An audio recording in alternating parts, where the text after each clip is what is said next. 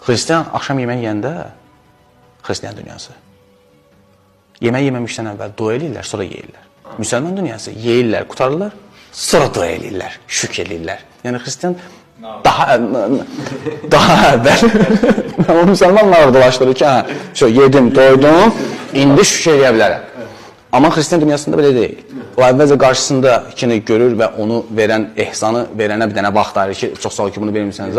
Mən ayrımçılıq eləmirəm, ayırmıram müsəlman yanı. Salam aleykum əziz müsəlmanlar. Özünüz də videonu izlədiniz. Artıq bildiniz ki, məsələ nədən gedəcəkdir, söhbət nədən gedəcəkdir.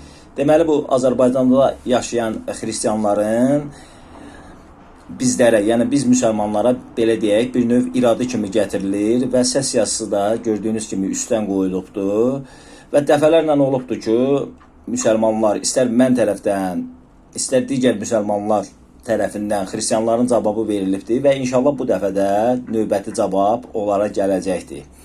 Deməli, irad bundan ibarətdir ki, müsəlmanlar yeməyi bitirəndən sonra Allaha həmd səna eləyir, əlhəmdülillah deyir. Amma xristianlar yeməyi başlamamışdan öncə Allaha dua eləyirlər. Yəni bunu bir irad kimi gətirirlər və görürsünüz, hətta bir gülüşlər var orada, gülüş səsləri və s. İndi inşallah bunların cavabını verəcəm. Bismillah nə deməkdir? Öncə bunu deyim. Bismillah Allahın adı ilə başlamaqdır. Bismillah Allaha sığınmaqdır. Bismillahın içində hər bir şey var. Bərəkət də var, nemət də var və s. və ilaxır. Bismillah hər bir xeyir üçün başlanğıcdır. Biz tək sizdən fərqli olaraq tək yeməkdə həmd səna eləmirik. Biz eyni zamanda bütün işlərdə Bismillah deyirik. Bütün xeyirli işlərdə. Bismillah nədir? Bismillah etiraf eləməkdir. Eyni zamanda süfrədə də biz etiraf eləyirik. Nəyi? Onu etiraf eləyirik ki, mənim də bu süfrədə olan nemətlərin də sahibi sənsən, ya Rəbbi. Sənin verdiyin nemətlərlə biz yeyirik və özümüzdə güc toplayırıq.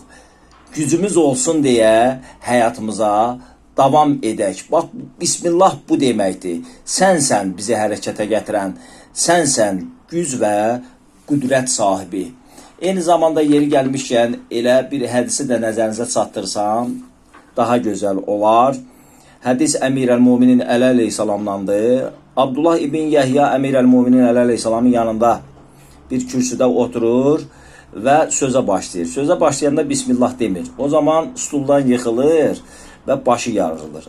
Həzrəti Əli əleyhissalam bu vaxt Peyğəmbərimizdən Muhammed sallallahu aleyhi və səlləmdən bir hədis nəql edir və deyir ki, Peyğəmbər buyurur ki, Allah Taala tərəfindən mənə bir dənə hədis deyilib, yəni hədisi qüdsi birbaşa Allahdan gələndir və mən indi deyir, o hədisi sənə deyəcəm və deyir ki, o iş ki, Allahın adı orada zikr olunmaz, əbtərdir. Əbtərin bir çox mənası var, bir mənası da yəni xeyirsiz.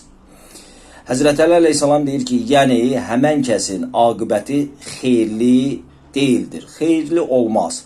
Bu zaman Abdullah deyir, atam anam sənə fəda olsun, bir daha Bismillah sözünü tərk etmərəm. Yəni həmişə sözümü Bismillahla başlayaram.